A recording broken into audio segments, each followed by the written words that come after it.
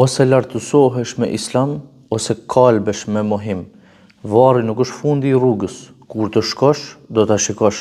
Këto fjalë të mëdha i ka thënë poeti i madh, ideologu prinjës i linjës islamiste të dekadave të fundit në Turqi, Necip Fazıl Kısakürek.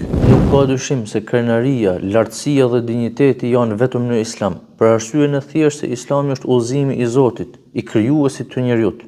Ai e njeh njeriun më mirë se sa njeriu veten. Për rrjedhoj i ka treguar rrugën që duhet të ndjek në jetën e kësaj bote për të mirën e tij. Njeriu që mohon Allahun dhe Islamin, sado që të mundohet të argumentojë mohimin e tij, sado që ta kërkojë krenarinë e madhështinë në mendjemallësi, arrogancë, famë, pushtet e pasuri, ai realisht askujt nuk i bën dëm më të madh se sa vetes, duke u kalbur për brenda e duke u bërë sterrizi derisa të poshtërohet drejt fundit të jetës e në jetën e përtejme përjetësisht. Eja lartësohu, eja në islam. Ja islamla yükselir, ya inkarla çürürsün. Bu yol mezarda bitmiyor, gittiğinde görürsün.